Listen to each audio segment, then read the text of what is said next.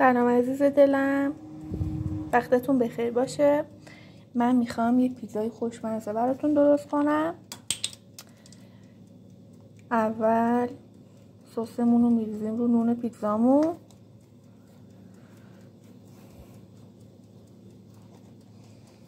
کاملا سسمون رو روی نونمون پخش میکنیم.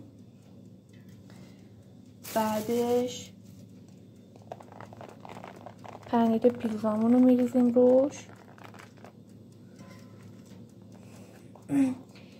درسته پیتزا کلن مزهش به پنیر پیتزا است، باید زیاد بریزیم، ولی خب من زیاد دوست ندارم، کم میریزم روش.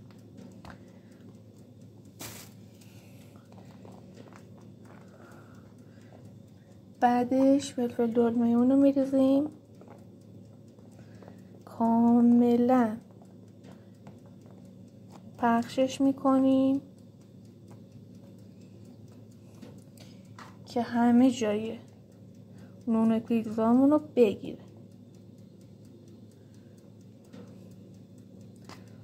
بعد میریم سراغ قارچامون، کاملا میشینیم روش.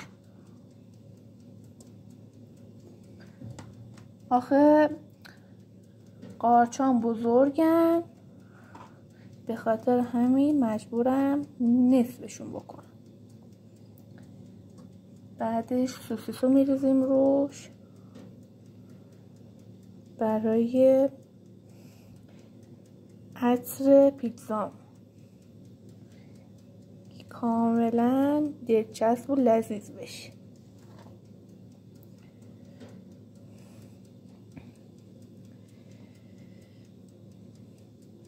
الانم قرارش میدیم داخل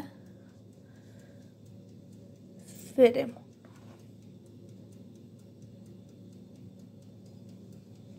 خب اون یکی رو قرار دادیم، الان میریم واسه اون یکی.